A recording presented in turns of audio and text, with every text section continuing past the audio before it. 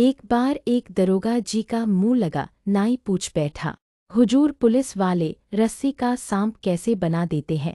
दरोगा जी बात को टाल गए, लेकिन नाई ने जब 2-3 बार यही सवाल पूछा तो दरोगा जी ने मन ही मन तय किया कि इस भूतनी वाले को बताना ही पड़ेगा कि रस्सी का सांप कैसे बनाते हैं। लेकिन प्रत्यक्ष में नाई से बोले, अगली बार आऊँगा तब बताऊँगा। इधर दरोगा जी के जाने के 2 घंटे बाद ही 4 सिपाही नाई की दुकान पर छापा मारने आ धमके। मुखबिर से पक्की खबर मिली है, तू हथियार सप्लाई करता है, तलाशी लेनी है दुकान की। तलाशी शुरू हुई।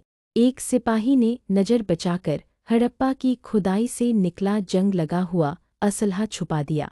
दुकान का सामान उलटने पलटने के बाद एक सिपाही चिल्लाया, ये रहा रिवाल्वर।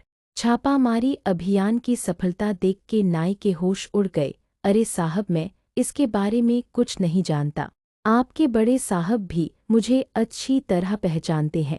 एक सिपाही हड़काते हुए बोला, दरोगा जी का नाम लेकर बचना चाहता है, साले सब कुछ बता दे कि तेरे गैंग में कौन कौन है, तेरा सरदार कौन है, तूने कहाँ कहाँ हथियार सप्लाई किए, कितनी जगह लूटपाट की, तू अभी थाने चल।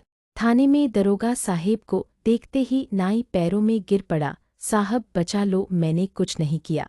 दरोगा ने नाई की तरफ देखा और फिर सिपाहियों से पूछा, क्या हुआ। सिपाही ने वही जंग लगा असलहा दरोगा के सामने पेश कर दिया। सर जी, मुखबिर से पता चला था, इसका गैंग है और हथियार सप्लाई करता है, इसकी दुकान से ही ये रिवाल्वर मिली है। दरोगा सिपाही से, तुम जाओ, मैं पूछताछ करता हूँ। सिपाही के जाते ही दरोगा हमदर्दी से बोले, ये क्या किया तूने। नाई घिघियाया, सरकार मुझे बचा लो। दरोगा गंभीरता से बोला, देख ये जो सिपाही है ना, साले एक नंबर के कमीने हैं, मैंने अगर तुझे छोड़ दिया तो ये साले मेरी शिकायत ऊपर अफसर से कर देंगे, इन कमीनों के मुंह में हड्डी डालनी ही पड़ेगी। मैं तुझे अपनी गारंटी पर 2 घंटे का समय देता हूँ, जाकर किसी तरह 20,000 का इंतजाम कर, 5-5 हजार चारों सिपाहियों को दे दूंगा तो साले मान जाएंगे। नाई रोता हुआ बोला, हुजूर मैं गरीब आदमी 20,000 कहाँ से लाऊंगा।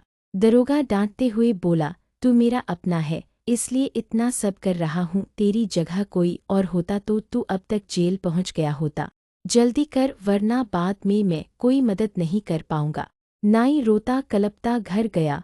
अम्मा के कुछ चांदी के जेवर थे, चौक में एक ज्वेलर्स के यहाँ सारे जेवर बेचकर किसी तरह 20,000 लेकर थाने में पहुंचा और सहमते हुए 20,000 रुपये दरोगा जी को थमा दिए। दरोगा जी ने रुपयों को संभालते हुए पूछा, कहाँ से लाया ये रुपया। नाई ने ज्वेलर्स के यहाँ जेवर बेचने की बात बताई तो दरोगा जी ने सिपाही से कहा, जीप निकाल और नाई को हथकड़ी लगा के जीप में बैठा ले, दबिश पे चलना है।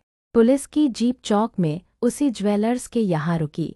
दरोगा और 2 सिपाही ज्वेलर्स की दुकान के अंदर पहुंचे। दरोगा ने पहुंचते ही ज्वेलर्स को रुआब में ले लिया, चोरी का माल खरीदने का धंधा कब से कर रहे हो। ज्वेलर्स सिटपिटाया, नहीं दरोगा जी, आपको किसी ने गलत जानकारी दी है। दरोगा ने डपटते हुए कहा, चुप, तिल्द बाहर देख, जीप में हथकड़ी लगाए शातिर चोर बैठा है, कई साल से पुलिस को इसकी तलाश थी, इसने तेरे यहाँ जेवर बेचा है कि नहीं, तू तो जेल जाएगा ही, इस साथ ही दुकान का सारा माल भी जब्त होगा। ज्वेलर्स ने जैसे ही बाहर पुलिस जीप में हथकड़ी पहले नाई को देखा तो उसके होश उड़ गए। तुरंत हाथ जोड़ लिए, दरोगा जी जरा मेरी बात सुन लीजिए। कोने में ले जाकर मामला 1 लाख में सेटल हुआ।